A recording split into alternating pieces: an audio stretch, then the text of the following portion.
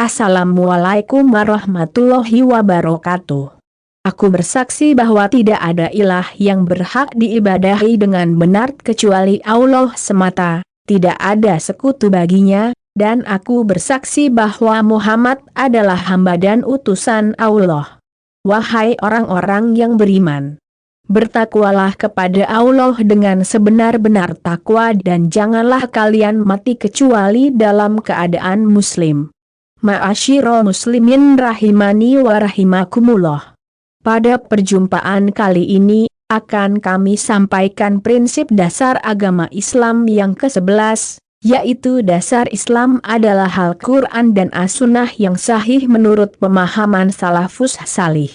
Dasar Islam adalah Al-Quran dan As-Sunnah yang sahih menurut pemahaman salafus salih. Islam bersumber kepada Al-Quran dan As-Sunnah yang sahih menurut pemahaman salafus salih. Sedangkan yang dimaksud salafus salih adalah para sahabat Nabi. Seorang muslim berkewajiban untuk mengikuti, ittiba, kepada manhaj, metode, salafus salih ini. Adapun dalil-dalil yang menunjukkan hal tersebut adalah sebagai berikut. A. Dalil-dalil dari Al-Quran. Allah berfirman, dan sungguh, inilah jalanku yang lurus, maka ikutilah.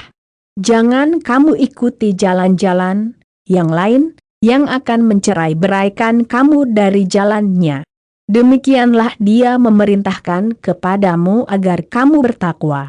Al-Quran Surat Al-An'am 153. Ayat ini sebagaimana dijelaskan dalam hadits Ibnu Mas'ud bahwa jalan itu hanya satu, sedangkan jalan selainnya adalah jalan orang-orang yang mengikuti hawa nafsu dan jalannya ahlul bidah. Hal ini sesuai dengan apa yang telah dijelaskan oleh Imam Mujahidi ketika menafsirkan ayat ini. Jalan yang satu ini adalah jalan yang telah ditempuh oleh Rasulullah dan para sahabatnya. Jalan ini adalah as-sirat al-mustaqim yang wajib atas setiap muslim menempuhnya dan jalan inilah yang akan mengantarkan kepada Allah. Ibnul Qayyim menjelaskan bahwa jalan yang mengantarkan seseorang kepada Allah hanya satu. Tidak ada seorang pun yang dapat sampai kepada Allah kecuali melalui jalan yang satu ini. Allah juga berfirman, dan barang siapa yang menentang Rasul Muhammad, sesudah jelas kebenaran baginya, dan mengikuti jalan yang bukan jalan orang-orang mukmin, kami biarkan dia dalam kesesatan yang telah dilakukannya itu dan akan kami masukkan dia ke dalam neraka jahanam, dan jahanam itu seburuk-buruk tempat kembali. Al-Quran Surat An-Nisa 115. Ayat ini menunjukkan bahwa menyalahi jalannya kaum mukminin sebagai sebab seseorang akan terjatuh ke dalam jalan-jalan kesesatan dan diancam dengan masuk neraka jahanam. Ayat ini juga menunjukkan bahwa mengikuti Rasulullah adalah prinsip terbesar dalam Islam yang memiliki konsekuensi wajibnya umat Islam untuk mengikuti jalannya kaum mukminin dan jalannya kaum mukminin adalah jalannya para sahabat, yaitu cara beragamanya para sahabat. Karena ketika turunnya wahyu tidak ada orang yang beriman kecuali para sahabat, seperti firman Allah, Rasul Muhammad telah beriman kepada Al-Quran yang diturunkan kepadanya dari Rabb-nya, demikian pula orang-orang yang beriman. Al-Quran Surat Al-Baqarah 285. Orang-orang mukmin ketika itu hanyalah para sahabat, tidak ada yang lain. Ayat di atas menunjukkan bahwasanya mengikuti jalan para sahabat dalam memahami syariat adalah wajib dan menyalahinya adalah kesesatan. Firman Allah lainnya, dan orang-orang yang terdahulu lagi yang pertama-tama masuk Islam, di antara orang-orang muhajirin dan anshar dan orang-orang yang mengikuti mereka dengan kebaikan, Allah ridha kepada mereka dan mereka pun ridha kepada Allah dan Allah menyediakan bagi mereka surga-surga yang mengalir di bawahnya sungai-sungai, mereka kekal di dalamnya selama-lamanya. Itulah kemenangan yang agung. Al-Quran Surat At-Taubah 100. Ayat tersebut sebagai hujah bahwa manhaj para sahabat adalah benar. Dan orang yang mengikuti mereka akan mendapatkan keridaan dari Allah dan disediakan bagi mereka surga. Mengikuti manhaj mereka adalah wajib atas setiap mukmin. Kalau mereka tidak mau mengikuti maka mereka akan mendapatkan hukuman dan tidak mendapatkan keridaan Allah dan ini harus diperhatikan. Firman Allah itu, kamu, umat Islam, adalah umat yang terbaik yang dilahirkan untuk manusia, karena kamu menyuruh berbuat ma'ruf dan mencegah dari yang mungkar, dan beriman kepada Allah. Al-Quran Surat Ali Imran 110. Ayat ini menunjukkan bahwa Allah Ta'ala telah menetapkan keutamaan bagi para sahabat atas sekalian umat-umat yang ada, dan hal ini menunjukkan keistiqamahan para sahabat dalam setiap keadaan karena mereka tidak menyimpang dari syariat yang terang benderang, sehingga Allah mempersaksikan bahwa mereka memerintahkan setiap yang ma'ruf, baik, dan mencegah setiap kemungkaran. Hal tersebut menunjukkan dengan pasti bahwa pemahaman mereka, sahabat, adalah hujah atas orang-orang setelah mereka sampai Allah mewariskan bumi dan seisinya. B. Dalil-dalil dari AS Sunnah.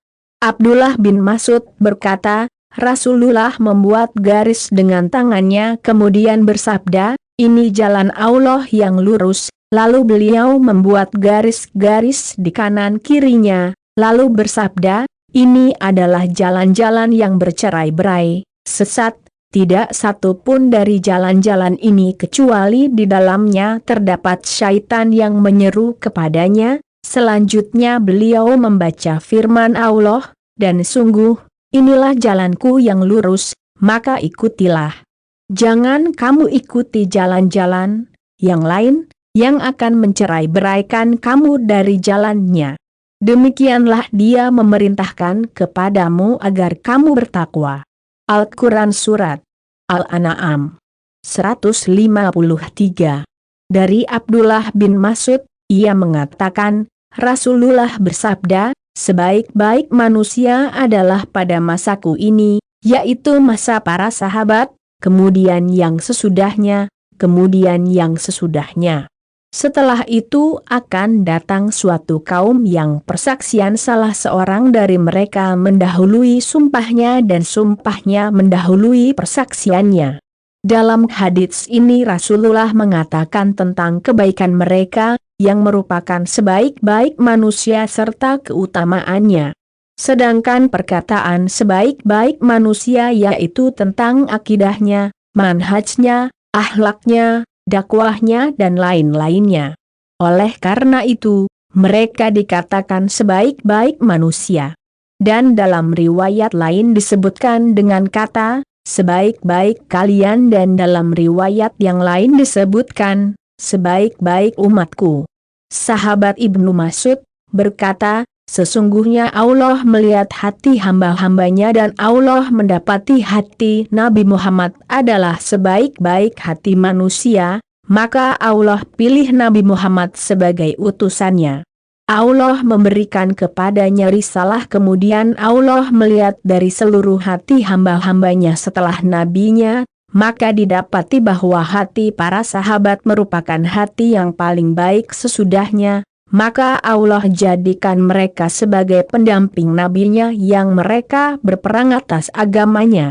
Apa yang dipandang kaum muslimin, para sahabat Rasul, itu baik, maka itu baik pula di sisi Allah dan apa yang mereka, para sahabat Rasul, pandang jelek, maka di sisi Allah itu jelek. Dan dalam hadits lain pun disebutkan tentang wajibnya mengikuti manhaj cara beragama, salafus salih, para sahabat, yaitu hadits yang terkenal dengan hadits Sirbad bin Sariyah. Hadits ini terdapat pula dalam Al-Arba'in An-Nawawiyah, nomor 28, berkata Al-Irbad bin Sariyah, Suatu hari Rasulullah pernah salat bersama kami lalu beliau menghadap kepada kami dan memberikan nasihat kepada kami dengan nasihat yang menjadikan air mata berlinang dan membuat hati bergetar. Maka seseorang berkata, "Wahai Rasulullah, nasihat ini seakan-akan nasihat dari orang yang akan berpisah, maka berikanlah kami wasiat." Maka Rasulullah bersabda, "Aku wasiatkan kepada kalian agar tetap bertakwa kepada Allah, tetaplah mendengar dan taat. Walaupun yang memerintah kalian adalah seorang budak dari Habasyah. Sungguh, orang yang masih hidup di antara kalian setelahku, maka ia akan melihat perselisihan yang banyak, maka wajib atas kalian berpegang teguh kepada sunnahku dan sunnah Khulafaur Rasyidin yang mendapat petunjuk. Pegang erat-erat dan gigitlah ia dengan gigi gerahamu. Dan jauhilah oleh kalian perkara-perkara yang baru dalam agama, karena sesungguhnya setiap perkara yang baru itu adalah bidah. Dan setiap bidah itu adalah sesat." Nabi mengabarkan tentang akan terjadinya perpecahan dan perselisihan pada umatnya, lalu Rasulullah memberikan jalan keluar untuk selamat di dunia dan akhirat, yaitu dengan mengikuti sunnah beliau dan sunnahnya para sahabat. Hal ini menunjukkan tentang wajibnya mengikuti sunnah beliau, Nabi, dan sunnah para sahabat.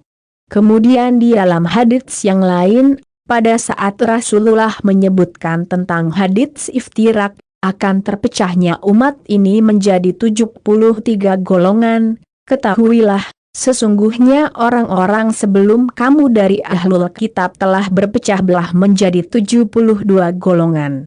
Dan sesungguhnya agama ini, Islam, akan berpecah belah menjadi 73 golongan, 72 golongan tempatnya di dalam neraka, dan hanya satu golongan di dalam surga, yaitu Al-Jamaah. Dalam riwayat lain disebutkan, semua golongan tersebut tempatnya di neraka, kecuali satu, yaitu, yang aku dan para sahabatku berjalan di atasnya. Hadits iftirak tersebut juga menunjukkan bahwa umat Islam akan terpecah menjadi 73 golongan, semua binasa kecuali satu golongan, yaitu yang mengikuti apa yang dilaksanakan Rasulullah dan para sahabat. Jadi jalan selamat itu hanya satu, yaitu mengikuti Al-Quran dan As-Sunnah menurut pemahaman salafus salih, para sahabat. Hadits di atas menunjukkan bahwa setiap orang yang mengikuti Nabi dan para sahabatnya adalah termasuk ke dalam Al-Firqatun Najiyah, golongan yang selamat.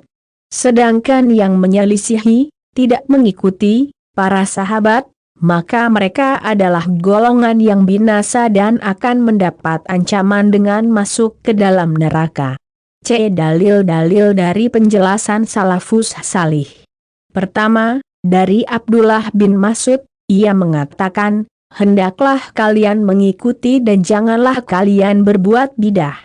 Sungguh kalian telah dicukupi dengan Islam ini, dan setiap bidah adalah kesesatan." Kedua, Abdullah bin Mas'ud juga berkata, "Barang siapa di antara kalian yang ingin meneladani, hendaklah meneladani para sahabat Nabi Muhammad. Karena sesungguhnya mereka adalah umat yang paling baik hatinya, paling dalam ilmunya, paling sedikit bebannya, dan paling lurus petunjuknya, serta paling baik keadaannya. Suatu kaum yang Allah telah memilih mereka untuk menemani nabinya, maka kenalilah keutamaan mereka serta ikutilah atsar-atsar mereka, karena mereka berada di jalan yang lurus." Ketiga, Imam Al-Auzai, wafat tahun 157 Hijriah, mengatakan, "Bersabarlah dirimu di atas sunnah, tetaplah tegak sebagaimana para sahabat tegak di atasnya. Katakanlah sebagaimana yang mereka katakan, tahanlah dirimu dari apa-apa yang mereka menahan diri darinya. Dan ikutilah jalan salafus salih, karena akan mencukupi kamu apa saja yang mencukupi mereka." Keempat, Imam Al-Auzai juga berkata, hendaklah kamu berpegang kepada atsar salafus salih meskipun orang-orang menolaknya, dan jauhkanlah dirimu dari pendapat orang yang menyalahi salafus salih, meskipun ia hiasi pendapatnya dengan perkataannya yang indah. Kelima, Muhammad bin Sirin, wafat tahun 110 Hijriah, berkata, mereka, para sahabat, mengatakan, jika ada seseorang berada di atas atsar, sunnah, maka sungguh ia berada di atas jalan yang lurus. Keenam, Imam Ahmad bin Hanbal, wafat tahun 241 Hijriah, berkata, prinsip ahlus sunnah menurut kami adalah berpegang dengan apa yang dilaksanakan oleh para sahabat dan mengikuti jejak mereka, meninggalkan bidah dan setiap bidah adalah sesat. Ketujuh, Imam Al-Barbahari, wafat tahun 329 Hijriah, berkata, 1. Ketahuilah sesungguhnya Islam adalah sunnah dan sunnah adalah Islam dan masing-masing tidak dapat dipisah-pisahkan. 2. Termasuk bagian dari sunnah adalah tetap di atas al-jamaah, barang siapa condong kepada selain al-jamaah dan menyelisihinya, maka ia telah melepas tali Islam dari pundaknya dan telah sesat dan menyesatkan. 3. Landasan dan tolok ukur al-jamaah adalah para sahabat Nabi Muhammad, semoga Allah Ta'ala merahmati mereka semua, mereka adalah ahlus sunnah wal jamaah. Barang siapa yang tidak mengambil kebenaran dari mereka, maka ia telah memilih jalan kesesatan dan kebidahan. Setiap bidah adalah sesat dan setiap pelaku kesesatan diancam menjadi penghuni neraka. AS Sunnah dan Al-Jamaah telah meletakkan kerangka agama secara sempurna dan telah tampak jelas kepada seluruh manusia, maka wajib atas mereka mengikutinya. 4. Ketahuilah wahai saudaraku rahimakallah, semoga Allah memberikan kasih sayangnya kepadamu, bahwa agama hanyalah ajaran yang datang dari Allah dan bukan berdasarkan pada ketetapan akal dan pemikiran manusia. Semua ilmu agama bersumber dari Allah dan Rasul-Nya, maka janganlah engkau mengikuti hawa nafsu sehingga engkau terhempas dari agama dan keluar dari Islam. Tidak ada alasan bagimu, sebab Rasulullah telah menjelaskan tentang sunnah kepada seluruh umatnya dan mengajarkan secara tuntas kepada semua para sahabatnya, mereka adalah hal jamaah dan sawadul azam. Sawadul azam ialah kebenaran dan para pembelanya, maka barang siapa yang menyelisihi para sahabat Rasul dalam sebagian masalah agama, ia telah kafir. D. Perhatian para ulama terhadap akidah salafus salih. Sesungguhnya para ulama mempunyai perhatian yang sangat besar terhadap akidah salafus salih. Mereka menulis kitab-kitab yang banyak sekali untuk menjelaskan dan menerangkan akidah salaf ini, serta membantah orang-orang yang menentang dan menyalahi akidah ini dari berbagai macam firqah dan golongan yang sesat. Karena sesungguhnya akidah dan manhaj salaf ini dikenal dengan riwayat bersambung yang sampai kepada imam-imam ahlus sunnah dan ditulis dengan penjelasan yang benar dan akurat. Adapun untuk mengetahui akidah dan manhaj salaf ini maka kita bisa melihat. Pertama, penyebutan lafaz-lafaz mereka dan riwayat ahlul hadits dengan sanad-sanad yang sahih. Kedua, yang meriwayatkan akidah dan manhaj salaf adalah seluruh ulama kaum muslimin dari berbagai macam disiplin ilmu, yaitu ahlul ushul, ahlul fiqh, ahlul hadits, ahlul tafsir, dan yang lainnya. Sehingga akidah dan manhaj salaf ini diriwayatkan oleh para ulama dari berbagai disiplin ilmu secara mutawatir. Penulisan dan pembukuan akidah dan manhaj salaf, seiring bersamaan dengan penulisan dan pembukuan sunnah Nabi. Pentingnya berpegang dengan akidah salaf ini di antara akidah-akidah yang lainnya, yaitu antara lain. 1. Dengan akidah salaf, seorang muslim akan mengagungkan Al-Quran dan As-Sunnah, Adapun akidah yang lain karena masdarnya, sumbernya, hawa nafsu, maka mereka akan mempermainkan dalil, sedang dalil dan tafsirnya mengikuti hawa nafsu. 2. Dengan akidah salaf, seorang muslim akan terikat dengan generasi yang pertama, yaitu para sahabat, mereka adalah sebaik-baik manusia dan umat. 3. Dengan akidah salaf, kaum muslimin dan dai-dainya akan bersatu sehingga dapat mencapai kemuliaan serta menjadi sebaik-baik umat. Hal ini karena akidah salaf berdasarkan Al-Quran dan As-Sunnah menurut pemahaman para sahabat. Adapun akidah selain akidah salaf, maka dengannya tidak akan tercapai persatuan, bahkan yang akan terjadi adalah perpecahan dan kehancuran. Imam Malik berkata, generasi akhir dari umat ini tidak akan dapat diperbaiki melainkan dengan apa yang telah membuat baik generasi yang pertama, para sahabat. 4. Akidah salaf adalah akidah yang jelas, mudah dan jauh dari tawil, tatil dan tasbih. Oleh karena itu, dengan kemudahan ini setiap muslim akan mengagungkan Allah dan akan merasa tenang dengan kadar dan kadarnya. 5. Akidah salaf adalah akidah yang selamat, karena as salafus salih lebih selamat, lebih mengetahui dan lebih bijaksana, aslam, alam, ahkam. Dan dengan akidah salaf ini akan membawa seseorang kepada keselamatan di dunia dan akhirat.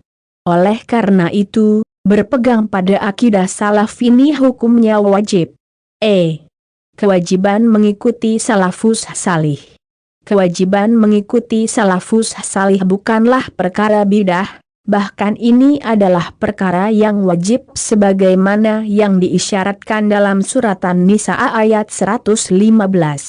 Allah Ta'ala berfirman, dan barang siapa yang menentang Rasul Muhammad, sesudah jelas kebenaran baginya, dan mengikuti jalan yang bukan jalan orang-orang mukmin, kami biarkan dia dalam kesesatan yang telah dilakukannya itu dan akan kami masukkan dia ke dalam neraka jahanam, dan jahanam itu seburuk-buruk tempat kembali.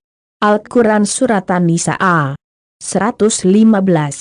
Imam Ibnu Abi Jamrah bisa mengatakan, para ulama telah berkata mengenai makna dalam firman Allah, dan mengikuti jalan yang bukan jalan orang-orang yang beriman. Yang dimaksud adalah jalan para sahabat generasi pertama karena mereka adalah orang-orang yang mengambil kitab wahyu langsung melalui diri mereka dan mereka mengobati muskilah, ketidakjelasan, yang terjadi di dalam diri mereka dengan bertanya kepada Rasulullah secara baik. Maka beliau menjawab pertanyaan mereka dengan sebaik-baik jawaban dan menjelaskan kepada mereka dengan penjelasan yang paling sempurna, sehingga mereka pun mendengarnya, memahaminya, mengamalkannya, memperbaikinya, menghafalnya, menetapkannya, menukilnya, dan membenarkannya. Mereka memiliki keutamaan yang agung atas kita. Sebab, karena merekalah dihubungkannya tali kita dengan tali Nabi Muhammad dan dengan tali Allah, penolong kita Jalla Jalaluhu. Dalam ayat ini Allah telah memberi ultimatum keras terhadap siapa saja yang menyelisihi Rasulullah dan menentang beliau dan menyalahi jalannya orang-orang yang beriman, yaitu jalannya para sahabat, mereka akan dibiarkan sesat dan diancam dengan masuk neraka. Oleh karena itu, seorang muslim yang mengaku pengikut Al-Quran dan As-Sunnah tidak boleh menyelisihi pemahaman atau manhaj yang dipegang oleh generasi salafus salih. Sebab, apa yang mereka, para sahabat, pahami dan amalkan merupakan penjelasan dari Al-Quran dan As-Sunnah. Kita sama-sama mengetahui bahwa As-Sunnah merupakan penjabaran dan penjelasan dari isi Al-Quranul Karim, sebagaimana Allah berfirman, dan kami turunkan Al-Quran kepadamu, agar engkau menerangkan kepada manusia tentang apa yang telah diturunkan kepada mereka. Al-Quran Surat An-Nahl 44. Demikian kami sampaikan, semoga bermanfaat. Akhirul kalam wa akhirul dakwana walamdulillahi rabbil alamin.